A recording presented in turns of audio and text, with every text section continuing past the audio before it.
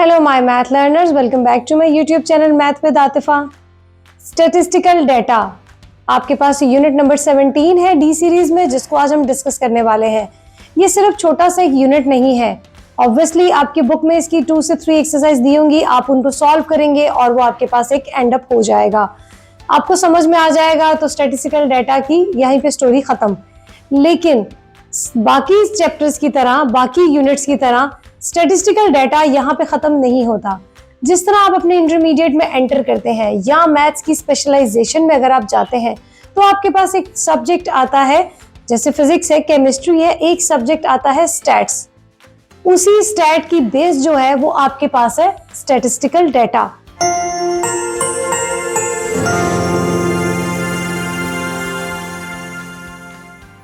Unit number 17 में statistical data जहां से स्टार्ट हो रहा है वो स्टार्ट ले रहा है एवरेजेस से।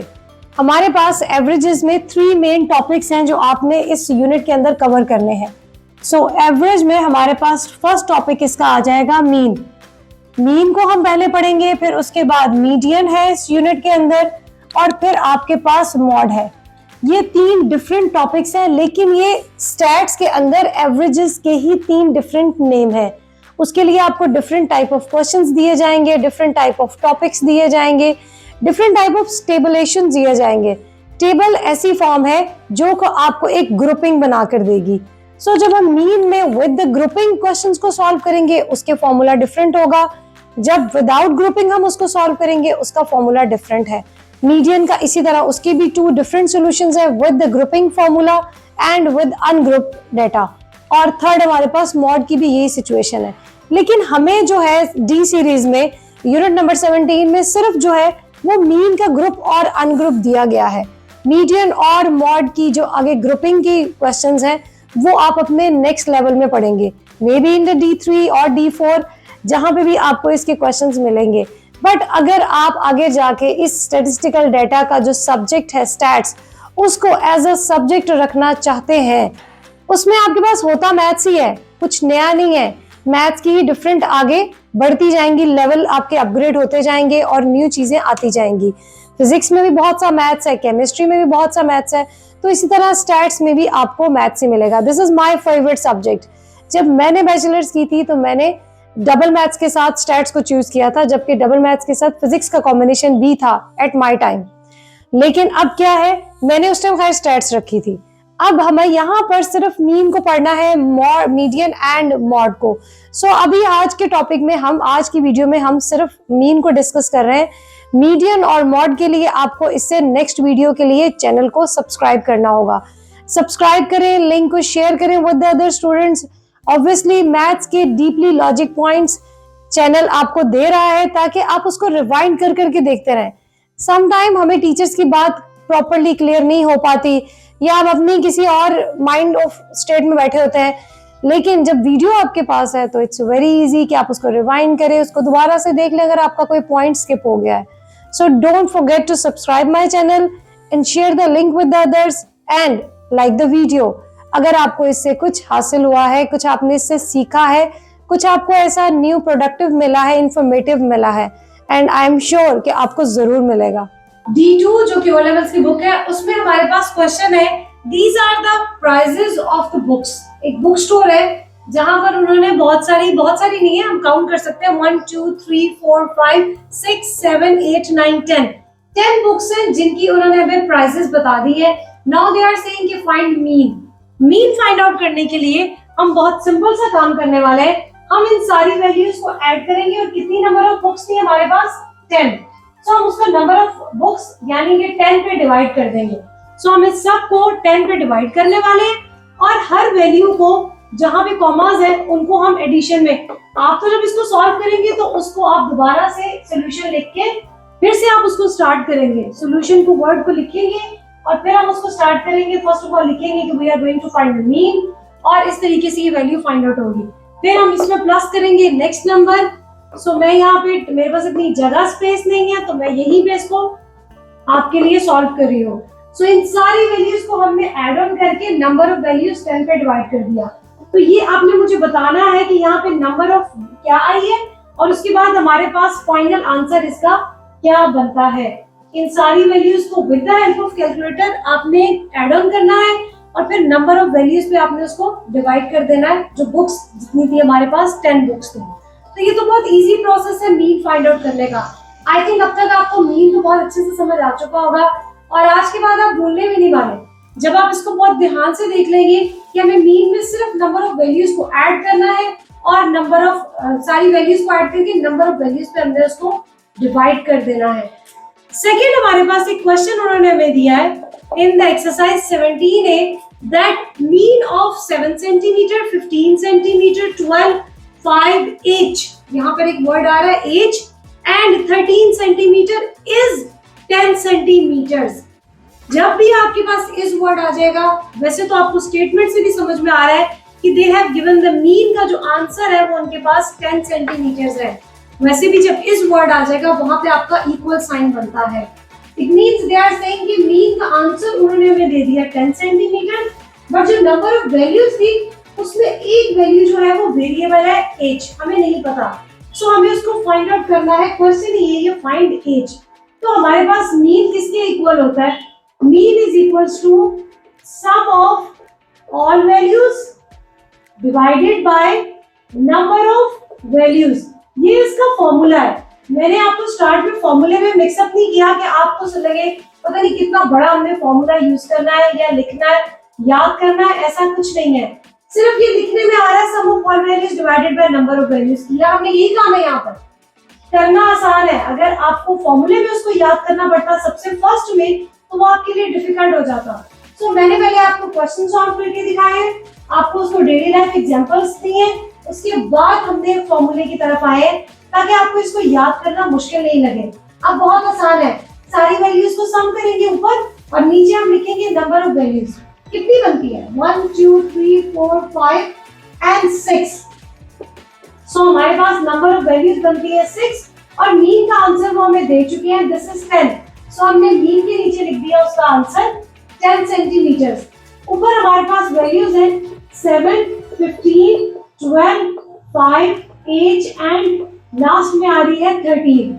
यहाँ से आया 7, 15, 12, 5, 8 एंड देन लास्ट आपके पास है 13।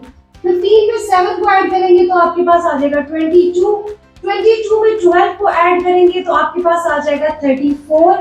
34 में 5 को ऐड करेंगे तो आ जाएगा 39। 39 में 13 को ऐड करेंगे, 39 एंड 13 आपके पास आ गया 3, 4 एंड 52। सो ये आ गया 52 प्लस 8। ये 6 यहाँ पर डिवाइड हो रहा है तो ये इस साइड पर जाके मल्टीप्लाई हो जाएगा। सो यहाँ से आ गया आपके पास 10 6 का 60। अब 52 यहाँ पे ऐड हो रहा है तो राइट लेफ्ट हैंड साइड पे जाके वो हो जाएगा माइनस। सो 60 में से 52 माइनस करेंगे तो हमारे पास एज का आंसर आ गया 8 सेंटीमीटर।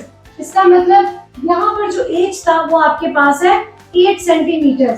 आपने मुझे कमेंट करके बताना है क्या मैंने ये कैलकुलेशन ठीक की या ये कैलकुलेशन रॉन्ग है।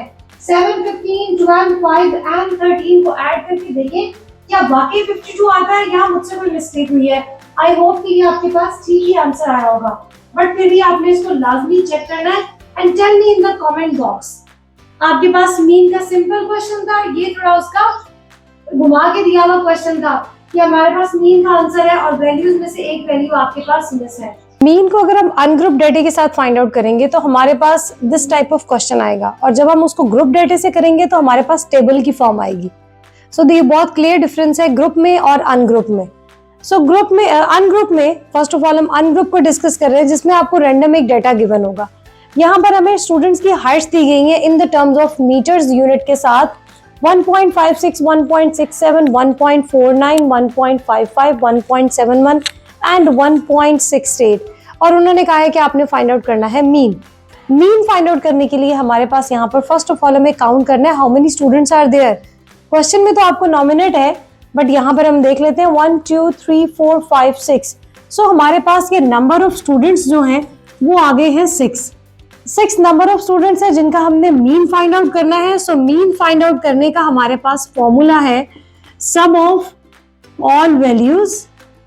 जितनी भी वैल्यूज हैं उनका हम सम लेंगे और उसको डिवाइड कर देंगे हम नंबर ऑफ वैल्यूज पे।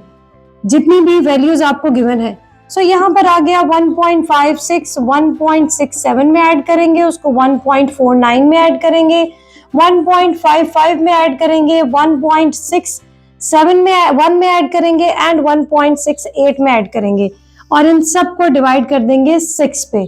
So it's time to use the calculator. अपने कैलकुलेटर्स को फाइंड आउट करें, उस पे इन वैल्यूज को पुट करें, ऐड करें और ऐड करने के बाद उसको 6 पे डिवाइड करके टेल मी द आंसर कि आपके पास मीन का फाइनल आंसर क्या आता है।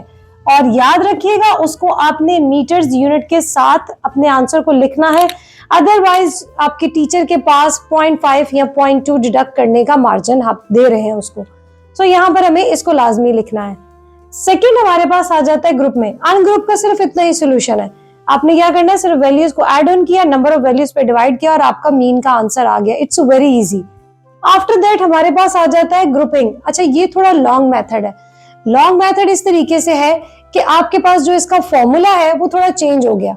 अनग्रुप में और ग्रुप के फॉर्मूले में फर्क है। सो इसका जब हम मीन फाइंड आउट करेंगे तो हमारे पास एक वर्ड यूज होगा जो हमने यहाँ पर लिखा है ना, सम ऑफ ऑल वैल्यूज, वो हमने इंग्लिश में लिख दिया। अगर मैं सम के वर्ड को मैथमेटिक्स की नोटेशन में लिखूंगी तो मेरे पास कुछ इस तरीके का वर्ड आएगा। ये जो आपके पास नोटेशन है ये आपकी सम के यूनिट को बताती है कि सम है, sum of f and x। f means the number of frequency and x means the elements। जो भी आपके पास नंबर्स हैं उनकी जितनी फ्रीक्वेंसी है उन दोनों को आपस में मल्टीप्लाई करना है, देन उसका सम लेना है और उसको हमने डिवाइड करना है फ्रीक्वेंसी के सम के ऊपर। अब फ्रीक्वेंसी कहां से आ रही है और हमारे पास x कहां से आ रहा है। हमारे पास यहाँ पे जो क्वेश्चन है वो दिया हुआ है, अमाउंट स्पेंड 40, ये सब डॉलर्स में गिवन थे। सो 40 एंड 60, 80, 100, 160 एंड 200। साथ में उन्होंने दिए हुए द नंबर ऑफ विजिटर्स। 12 ऐसे विजिटर्स हैं आपके पास जिन्होंने $40 को स्पेंड किया ऑन द कार्निवल। 32 ऐसे विजिटर्स हैं जिसने 60 स्पेंड किया। 54 ऐसे विजिटर्स हैं जिन्होंने 80 एंड 68 है जिन्होंने 100। इसी तरीके से उन्होंने इसको पूरा फॉर्म अप करके एक टेबल की फॉर्म में बना कर दिया है। सो ये वो लोग हैं जिन्होंने इतने पैसे जो है वो खर्च किए हैं। So this will be known as frequency. So आप इसको f का नाम देंगे, दिस इज फ्रीक्वेंसी। इसका यहाँ पर जो भी सम आएगा 12 को 32 में ऐड करें, जो आंसर आएगा उसको 54। इन सब को आपने ऐड ऑन करके यहाँ पर फाइनल आंसर लेकर आना है, sum of f। Final answer आ गया। इसका मीन हमारा डिनोमिनेटर यहाँ पर कंफर्म हो गया कि हमारे पास यहाँ डिनोमिनेटर में क्या आ रहा है। थोड़ा सा लॉन्ग प्रोसेस है बट बहुत मजे का है क्योंकि आपको इसमें कैलकुलेटर यूज करना होता है। कैलकुलेटर यूज करना ऑलवेज इज अ फन। उसके प्लस माइनस को प्रेस करना, उसके नंबर्स को मिक्सअप करना, नई नई वैल्यूज लेकर आना, ये एक बहुत ही मजे का काम है जो कि आप बहुत अच्छे से कर सकते हैं और इसमें कोई इतनी बड़ी कैलकुलेशंस भी नहीं है। अब यहाँ पर हम इसको जब f कर दिया तो ऑब्वियसली ऑटोमेटिकली सेकंड जो कॉलम है आपके पास वो हमारे पास x में शिफ्ट हो जाएगा। हमें यहाँ पर f और x के मल्टीप्लिकेशन का सम चाहिए। सो हम यहाँ पर एक न्यू कॉलम बना रहे हैं f और x के नाम से। उसमें हम क्या कर रहे हैं, हम 40 को 12 से मल्टीप्लाई कर रहे हैं। सो 40 मल्टीप्लाई बाय 12, यहाँ पर जो भी आंसर आएगा आपने उसको कैलकुलेटर की फॉर्म यूज करके लिख लेना है। देन 60 को 32 से मल्टीप्लाई करेंगे। आफ्टर दैट 80 को 54 से मल्टीप्लाई करेंगे, 100 को 68 से एंड सेकेंड लास्ट आ गया 160 को 18 से और लास्ट में आपके आ जाएगा 200 को 16 से मल्टीप्लाई करेंगे। हर वैल्यू को उसकी ऑपोजिट वैल्यू से हम मल्टीप्लाई कर देंगे। जब यहाँ मल्टीप्लाई करेंगे तो आपके पास 1 2 3 4 5 6 डिफरेंट और वैल्यूज आएंगी। उन वैल्यूज का आपने यहां पर लेना है सम ऑफ fx।